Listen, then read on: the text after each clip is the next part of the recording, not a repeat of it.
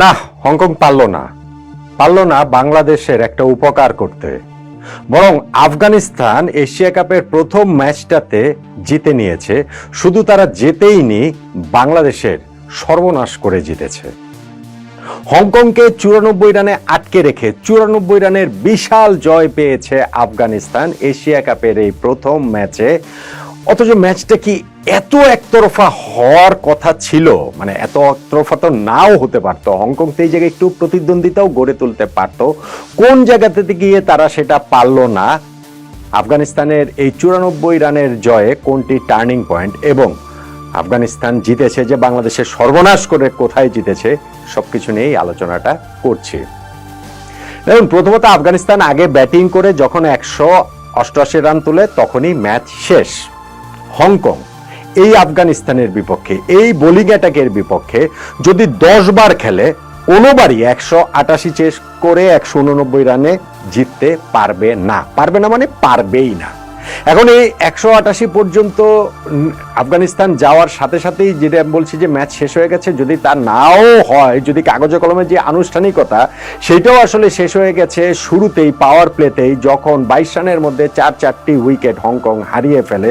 সেই 4 উইকেটের মধ্যেও আবার 3টা উইকেট অ্যাভয়েডেবল ছিল, যেই 3টা উইকেট তারা না হারাতেই পারত। শুরুতেই যেমন আনসুমান আউট হয়ে গেলেন, কট বিহাইন্ডের অ্যাপিলে আম্পায়ার সাড়া দিলেন, তিনি ডিআরএস নিলেন না, সঙ্গীর সঙ্গে আলোচনা করে, ব্যাটিং পার্টনার সঙ্গে আলোচনা করে নিলেন না।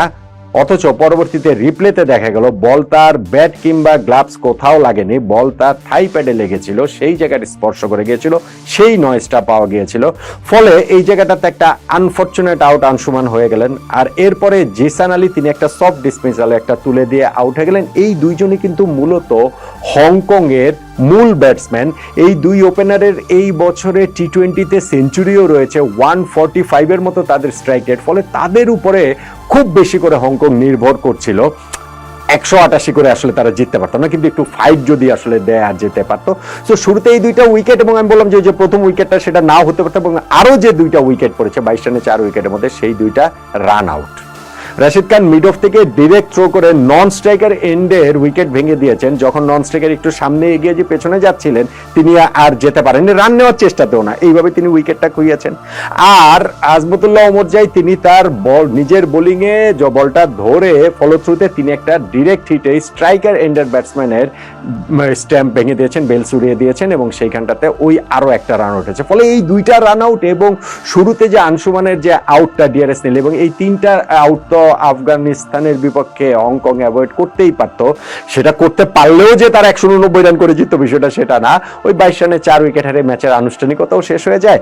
তারপরেও যে তারা পুরো 20 ওভার খেলতে পেরেছে, তারা যে অল আউট হয়নি, এইটাকে বরং হংকং তাদের সাফল্য বলে ধরে নিতে পারে।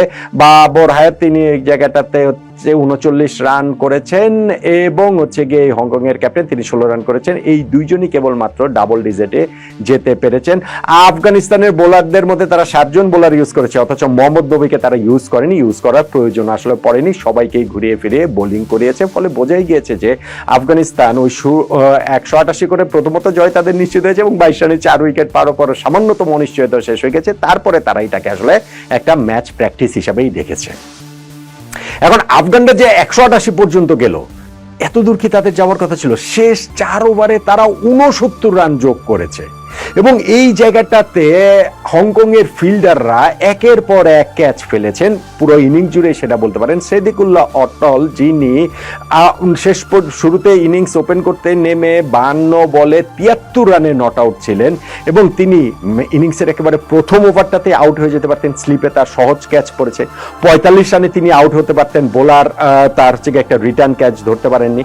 51 রানে তিনি আউট হয়ে যেতে পারতেন, রিভার্স সুইপ করেছিলেন, শর্ট থার্ড ম্যানে সহজতম ক্যাচ ওই জায়গাটাতে হংকং এর ফিল্ডার ধরতে পারেননি। ফলে এইটার খেসারত তাদের দিতে হবে।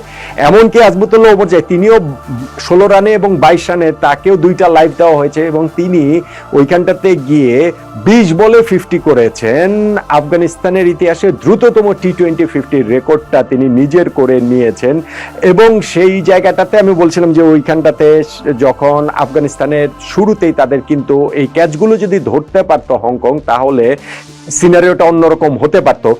শুরুতে 25-26 রানের মধ্যেই দুটো উইকেট তাদের তুলে নিয়েছে রামনুল্লাহ গুরবাজ এবং ইব্রাহিম জাদরান। আর যেটা শুরুতে বললাম যে ফার্স্ট ওভারে যদি ওই ক্যাচটাও ধরতে পারতো সিদ্দিকুল্লাহ গেলে, তাহলে ওই তিনটা উইকেট তুলে নেওয়া যেতে পারতো। হংকং তখন কিন্তু আফগানদের উপরে প্রেশার দিতে পারতো, সেটা তারা পারেনি।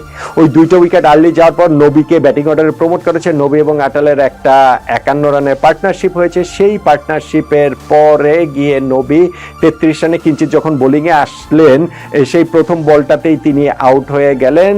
আরো একটা উইকেট ওইখানটাতে পড়েছে। 100 আগে 4 উইকেট হারিয়ে 13 ওভারের মধ্যে আফগানিস্তানের একটু নড়বড়ে অবস্থা ছিল। এবং সেইখানটাতে আমি বললাম যে ওই ক্যাচগুলো পড়েছে পরপর, সেইটা হচ্ছে গিয়ে ক্যাচ পড়েছে সিদ্দিকুল্লাহ অটলের, ক্যাচ পড়েছে আজমতুল্লাহ ওমরজের, ফলে তারা ওইরকম বিস্ফোরক, তারা ওইরকম বিধ্বংসী হয়ে উঠেছেন। এবং সেই বিধ্বংসী হওয়াতেই তারা শেষ 4 ওভারে 69 রান তুলেছে। স্কোরটা যেইখানটাতে 188-তে নিয়ে গিয়েছে। এরপরে এই ম্যাচে আর আফগানিস্তানে হারার কোনো রকম কোনো কারণই ছিল না।